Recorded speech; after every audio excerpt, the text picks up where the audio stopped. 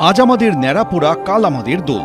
দোলের আগে ন্যাড়াপোড়া, সবার রঙে রং মেলানোর আগে এক আশ্চর্য উদযাপন, অশুভ শক্তির বিনাশ ঘটানোর প্রার্থনা। দক্ষিণ কলকাতার মুদিয়ালি ক্লাবে আয়োজিত হল হোলিকা দহন। 25 বছর ধরে এই ঐতিহ্য বয়ে নিয়ে চলেছে মুদিয়ালি ক্লাব।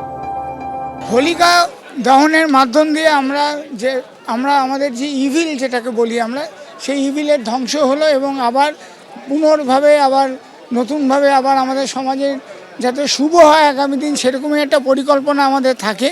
তাই জন্যই হোলিকা দহন। আর এই হোলিকা দহন উপলক্ষে আমরা যেরকম আজকে এই রাত্রি একটা মহা উৎসবে পরিণত করেছি।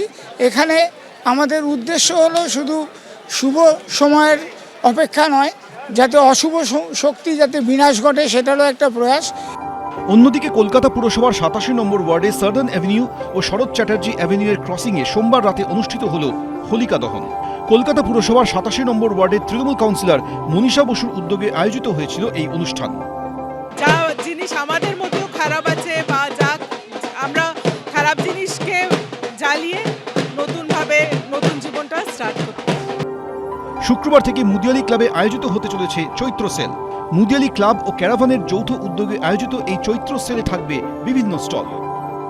মানুষের কাছে বিভিন্ন জায়গায় 87 নম্বর ওয়ার্ড ছড়িয়ে গেছে, এমন না এত বেশি মানুষ হচ্ছে যে আমাদের আলাদা আলাদা জায়গা করে করতে হচ্ছে না, তো মানুষকে জায়গা দেওয়া যাচ্ছে না।